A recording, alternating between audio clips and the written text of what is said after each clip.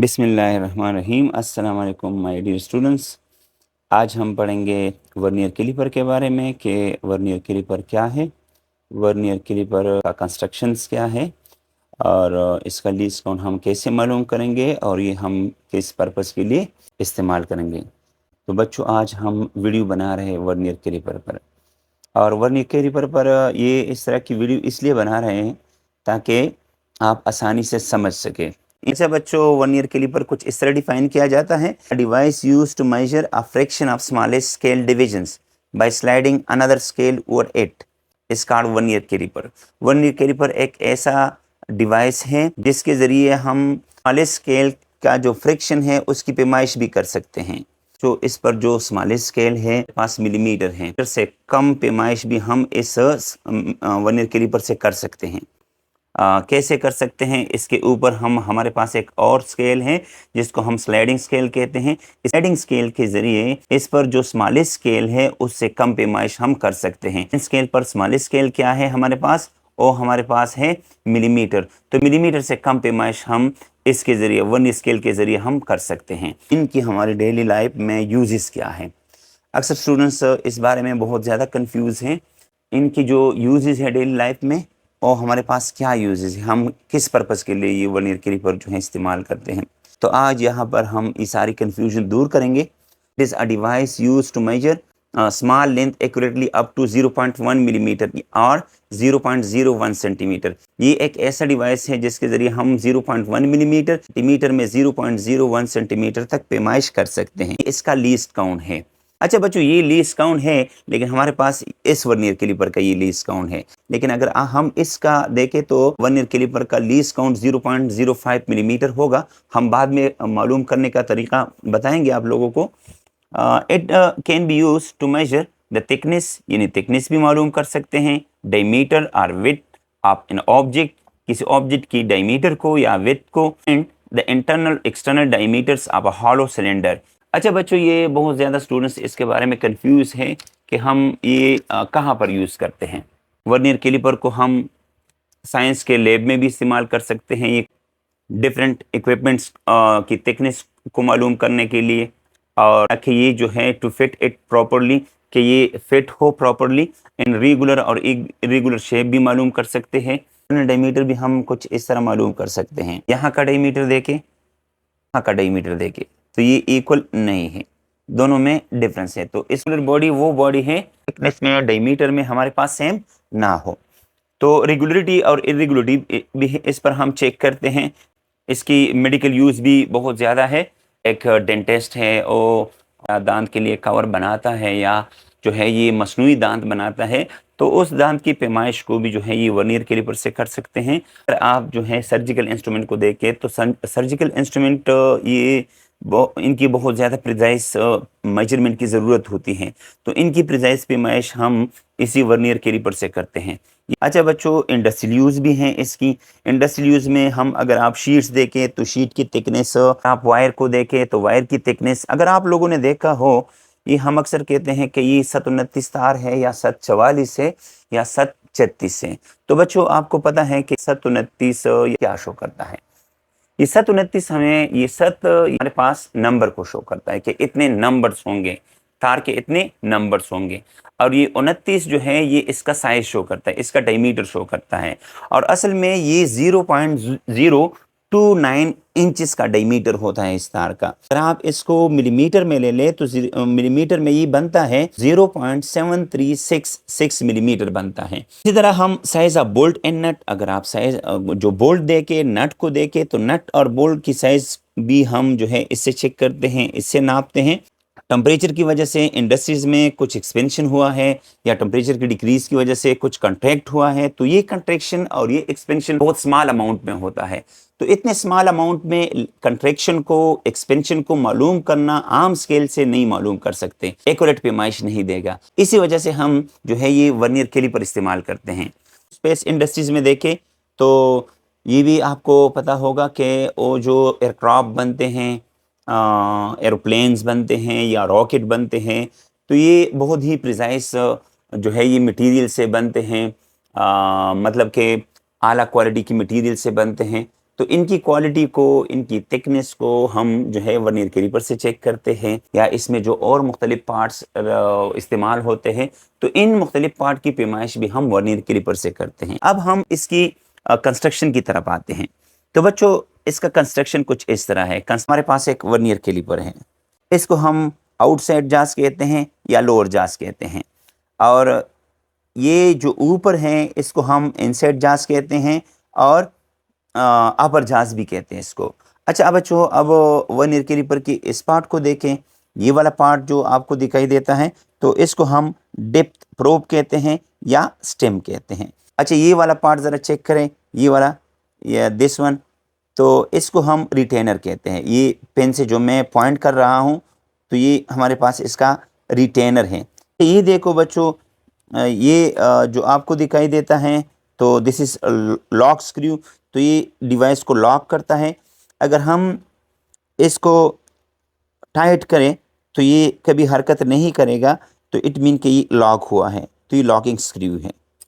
बच्चों अब इसकी स्केल की तरफ आएंगे तो देखिए इसमें हमारे पास दो स्केल्स हैं। एक स्केल का नाम है मेन स्केल और दूसरे का नाम है वर्नियर स्केल। तो मेन स्केल हमारे पास क्या है, तो मैंने लिखा है main scale is a fix scale. ये हमारे पास एक फिक्स स्केल होता है which is calibrated on the rectangular steel bar. जो रेक्टेंगुलर स्टील बार पर जो है ये कैलिब्रेटेड किया जाता है। दिस मेन स्केल को अगर आप लोग देखें तो मेन स्केल हमारे पास मिलीमीटर में, अगर ये देखें तो दो तरह के कैलिब्रेशन हुआ है इस पर, एक नीचे और नीचे नंबर जो आपको दिखाई देते हैं ये नंबर सेंटीमीटर में है, और ये नंबर मज़ीद डिवाइड हुए हैं, ये जो मज़ीद डिवाइड हुए हैं इनको हम मिलीमीटर कहते हैं। लेकिन अगर आप ऊपर देखें तो ऊपर भी हमारे पास इस पर एक स्केल है, ये देखें ज़रा, ये स्केल है और ये स्केल इंचज़ में है।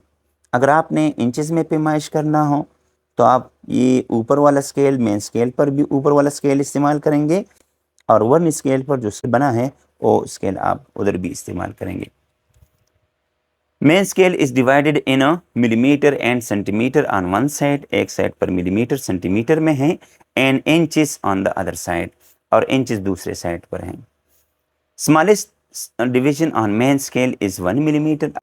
अगर आप लोग देखें तो ये हमारे पास मेन स्केल है, और मेन स्केल पर ये जो डिविजन्स हैं, ये छोटे डिवीजन जो आपको दिखाई देते हैं ये मिलीमीटर है। ये इसका सबसे स्मॉलेस्ट डिवीजन है, और ये स्मॉलेस्ट डिवीजन हमारे पास क्या है, मिलीमीटर है। इसलिए हम कह सकते हैं कि मेन स्केल का सबसे स्मॉलेस्ट डिवीजन ये मिलीमीटर है। अब हम वर्नियर स्केल की तरफ आते हैं। जो इसको देखो, ये वाला स्केल आपको दिखाई देता है, दिस वन। ये जो डिवीजन है 0, 1, 2, 3, 4, 5, 6, 7, 8, 9 और फिर 0 है। अच्छा ये 0 हमारे पास 10 को शो करता है, लेकिन अगर आप इस डिवीजन को देखें तो ये मज़ीद डिवाइड हुआ है दो हिस्सों में, तो आप कह सकते हैं कि इसमें 20 डिवीजन्स हैं। कितने डिवीजन्स हैं इसमें? 20 डिवीजन हैं। आप इस वर्नियर कैलिपर को देखें तो इस वर्नियर कैलिपर के वर्नियर स्केल पर 20 डिवीजन्स बने हैं, इस वर्नियर कैलिपर के वर्नियर स्केल पर 10 डिवीजन्स हैं। अब इसकी लीस्ट काउंट हम कैसे मालूम करेंगे? लीस्ट काउंट है क्या?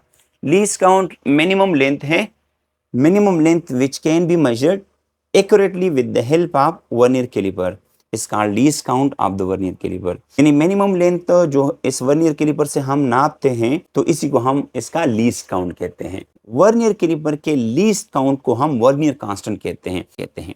अच्छा बच्चों, इस लीस्ट काउंट को हम कैसे मालूम करेंगे? इसका फार्मूला क्या होगा? वर्नियर कैलिपर के लीस्ट काउंट का फार्मूला है हमारे पास, अगर आप लोग देखें तो least count of vernier calliper is equal to smallest division on main scale divided by total number of division on vernier scale. ये इसका फार्मूला है। बस ये फार्मूला आप लोग याद रखें, जो भी वर्नियर कैलिपर हो, चाहे ये वर्नियर कैलिपर हो या ये वर्नियर कैलिपर हो, दोनों वर्नियर कैलिपर का आप जो है ये लीस्ट काउंट आसानी से मालूम कर सकेंगे। Smallest division on main scale divide by total number of division on vernier scale. अच्छा बच्चों, smallest division on main scale क्या है? ये 1 मिलीमीटर है, और टोटल नंबर ऑफ डिवीजन अगर आप लोग इस पर देखें तो इस पर 10 है। तो क्या करें, इस 1 मिलीमीटर को 10 पर डिवाइड करें तो इससे हमारे पास क्या आएगा, इससे हमारे पास आएगा 0.1 मिलीमीटर। तो 0.1 मिलीमीटर इसका लीस्ट काउंट है। इस वर्नियर कैलिपर का लीस्ट काउंट हमारे पास वो 0.1 मिलीमीटर है। इस वर्नियर कैलिपर को देखें तो इस वर्नियर कैलिपर के वर्नियर स्केल पर 20 डिविजन्स हैं।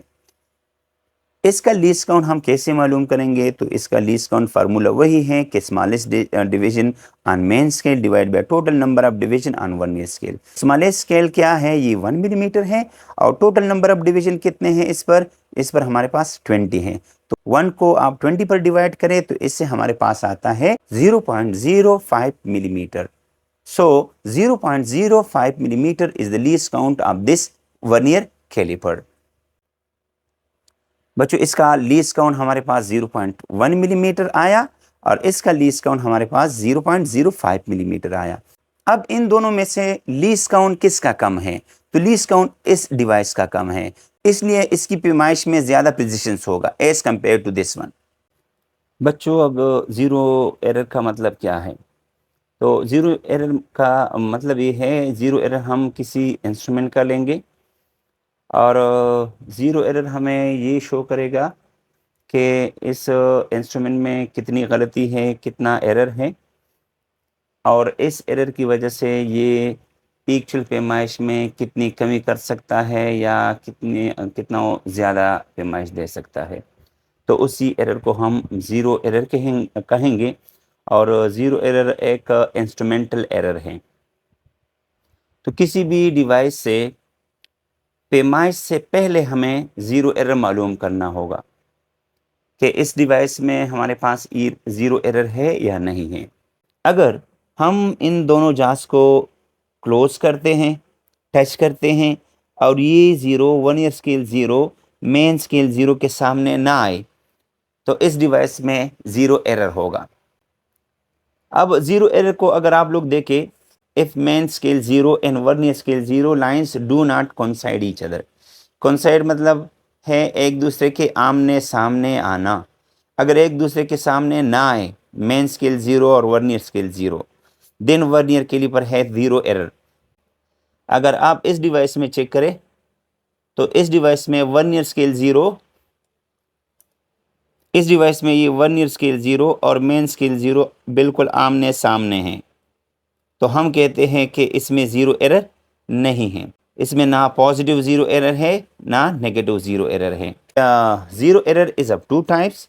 Positive zero error, positive zero error कब होगा? If zero of vernier scale is right to the zero of main scale. अगर हम इन दोनों जांच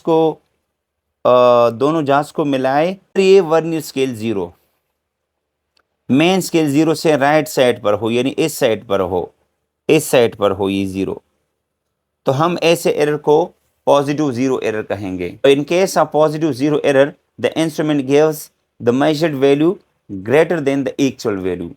तो पॉजिटिव एरर की केस में कोई भी इंस्ट्रूमेंट हो वो मेजर वैल्यू जो है ये एक्चुअल वैल्यू से ज़्यादा देगा। और ये भी याद रखें कि पॉजिटिव एरर को हम कैसे करेक्ट करेंगे। पॉजिटिव एरर मालूम करें, पॉजिटिव एरर इज फाउंड पहले मालूम किया जाता है and is subtracted from the final reading. और पॉजिटिव एरर को हम फिर करेक्शन के लिए किस तरह करेंगे? और करेक्शन के लिए पॉजिटिव एरर को हम सब्ट्रैक्ट करेंगे। अब हम नेगेटिव ज़ीरो एरर की तरफ आते हैं। अब बच्चों नेगेटिव ज़ीरो एरर क्या है? नेगेटिव ज़ीरो एरर क्या है? अगर हम दोनों जांच को मिलाए, इन दोनों जांच को मिलाए और इन दोनों जांच के मिलाने के बाद हम देखते हैं कि अगर वर्नियर स्केल का ज़ीरो मेन स्केल की ज़ीरो से लेफ्ट साइड पर आ जाए, vernier scale zero main scale zero से इस साइड पर आ जाए, तो ऐसे एरर को हम नेगेटिव ज़ीरो एरर कहते हैं। In case of negative zero error the instrument gives the measure value smaller than actual value. और जब किसी भी इंस्ट्रूमेंट में नेगेटिव एरर हो तो नेगेटिव एरर की केस में ये इंस्ट्रूमेंट एक्चुअल वैल्यू से कम पैमाइश देगा। नेगेटिव एरर को हम कैसे करेक्ट कर सकते हैं? तो याद रखें negative zero error is found, पहले इसको मालूम किया जाता है and is added with the final reading, और नेगेटिव एरर को हम ऐड करेंगे। अब हम आते हैं पैमाइश की तरफ कि इस पर हम पैमाइश किस तरह करेंगे। तो बच्चों पैमाइश को देखें कि पैमाइश हमें किस तरह करना होगा। इसके लिए कुछ स्टेप्स याद रखें कि पहले आपने क्या करना होगा। पहले आपने लीस्ट काउंट मालूम करना होगा। इंस्ट्रूमेंट से पैमाइश करते हैं तो इस इंस्ट्रूमेंट को देखें, मेन स्केल पर स्मॉलेस्ट स्केल क्या है 1 मिलीमीटर है, और 1 स्केल पर कितने डिवीजन है, तो ये 20 है। 1 मिलीमीटर को 20 पर डिवाइड करें तो ये 0.05 मिलीमीटर आएगा। तो मेजरमेंट में पहला स्टेप है लीस्ट काउंट मालूम करना। तो पहले हम लीस्ट काउंट मालूम करेंगे। तो इसका हमने लीस्ट काउंट मालूम किया और ये हमारे पास आया 0.05 मिलीमीटर। अगर आप देखें तो वर्नियर स्केल के इधर पर भी 0.05 मिलीमीटर लिखा है, यानी ये 0.05 मिलीमीटर इसका लीस्ट काउंट शो करता है। और इसी 0.05 मिलीमीटर को अगर आप सेंटीमीटर में कन्वर्ट करेंगे तो याद रखिए कि 1 सेंटीमीटर में 10 मिलीमीटर होते हैं, और 10 मिलीमीटर, या इस तरह भी लिख सकते हैं कि 10 millimetre is equal to 1 centimetre. अगर 1 मिलीमीटर हमें मालूम करना हो तो ये 10 उधर शिफ्ट करें तो 1 मिलीमीटर आ जाएगा 1 डिवाइड बाई 10 सेंटीमीटर, और ये तो 1 मिलीमीटर हमारे पास 1 डिवाइड बाई 10 सेंटीमीटर का इक्वल है। अगर हम 0.05 मिलीमीटर मालूम करेंगे तो 0.05 को भी 10 पर डिवाइड करें तो इससे हमारे पास आता है 0.005 सेंटीमीटर। लीस्ट काउंट मिलीमीटर में 0.05 मिलीमीटर है, लेकिन अगर आप इसको सेंटीमीटर में लिखना चाहेंगे तो सेंटीमीटर में लिखेंगे 0.005 सेंटीमीटर, क्योंकि हम पैमाइश जो करते हैं तो पैमाइश हम सेंटीमीटर में करते हैं, इसलिए लीस्ट काउंट भी हमने सेंटीमीटर में शो करना होगा। जीरो एरर देके तो फर्स्ट स्टेप था लीस्ट काउंट मालूम करना, सेकंड स्टेप है जीरो एरर मालूम करना। इस डिवाइस से पैमाइश करते हैं। तो अगर आप इस डिवाइस को देखें तो इस डिवाइस में ये वर्नियर स्केल 0 और मेन स्केल 0 बिल्कुल एक दूसरे के आमने सामने हैं, इसमें कोई जीरो एरर नहीं है। जीरो एरर इसमें 0 है, यानी कोई जीरो एरर नहीं है, इसलिए मैंने लिखा नील। अगर जीरो एरर हो तो हम यहाँ पर लिखेंगे और साथ में ये भी लिखेंगे कि ये पॉजिटिव एरर है, अगर नेगेटिव हो तो नेगेटिव लिखेंगे। इन दो स्टेप के बाद अब हम पैमाइश करते हैं। सपोज करें हम इस छोटे सिलेंडर की पैमाइश करते हैं, लेंथ की पैमाइश करते हैं, इसका लेंथ मालूम करेंगे।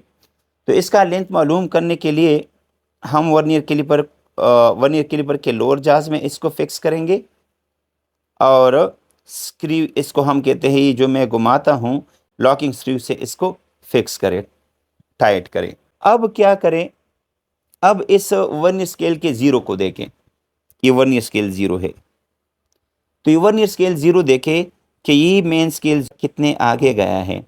तो यहाँ पर बच्चों आप देखें ये 3 है, 3 के बाद 3.1, 3.2, 3.3 एंड 3.4। तो ये 3.4 और 3.5 के दरमियान में है। यहाँ पर आप चेक करें, this one 3.4 and this one 3.5। तो ये अगर ये 0 आप चेक करें तो ये 0 3.4 और 3.5 के दरमियान में है। तो हमें क्या लिखना होगा मेन स्केल में, मेन स्केल रीडिंग में लिखना होगा 3.4 सेंटीमीटर। अब बच्चों अगर आप देखें ये 3.4 से ज़्यादा है। अब कितना ज़्यादा है ये हम मालूम करेंगे, इसको हम कहेंगे फ्रिक्शनल पार्ट। ये इस 0.4 का फ्रिक्शनल पार्ट है। तो इस फ्रिक्शनल पार्ट को हम कैसे मालूम करेंगे, तो इसके लिए हमें कोइंसाइडिंग नंबर लेना होगा। इस स्टेप पर आपने ज़्यादा तवज्जो देनी है कि कोइंसाइडिंग नंबर हमें कैसे मालूम करना होगा।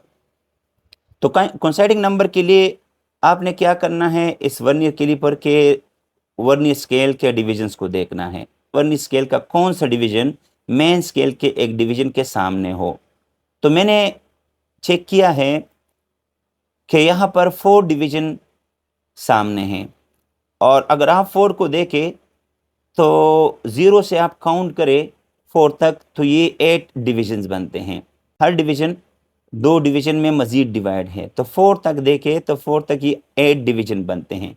कब 4 तक डिवीजन चेक करें बच्चों, 1 2 3 4 5 6 7 8।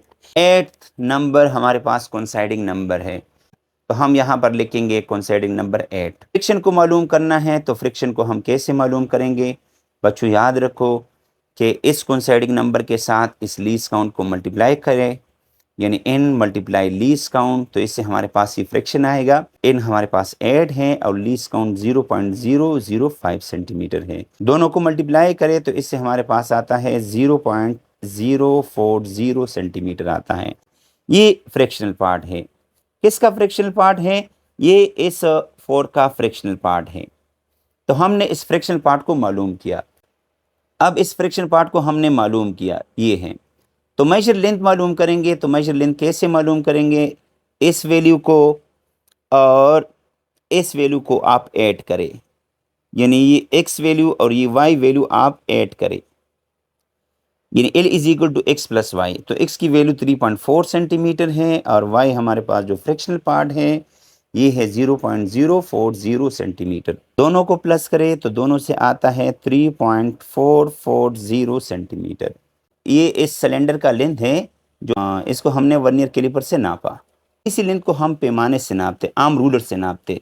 तो आम रूलर से ये इतना पैमाइश दे सकता था, यहाँ तक दे सकता था, इसके बारे में ये कुछ नहीं बता सकता था। और ये किसने बताया? यानी मतलब ये वैल्यू, इतनी कम वैल्यू किसने दी? तो हमारे पास ही वर्नियर कैलिपर ने दी। तो अगर हम इसको प्रैक्टिकल में इस्तेमाल करेंगे तो प्रैक्टिकल में हम इस तरह करते हैं कि इस तरह के एक्सपेरिमेंट, यानी इस तरह का ऑब्जर्वेशन लेते हैं और ये एक्सपेरिमेंट 3 या 4 मरतबा रिवाइज करते हैं और इन वैल्यूज़ को हम एक टेबल में लिखते हैं। और फिर इन ही वैल्यू से अगर आपने 4 मरतबा एक्सपेरिमेंट किया हो, 5 मरतबा किया हो, तो हम इनकी एवरेज निकालते हैं, नोट करते हैं। थैंक यू बेटा।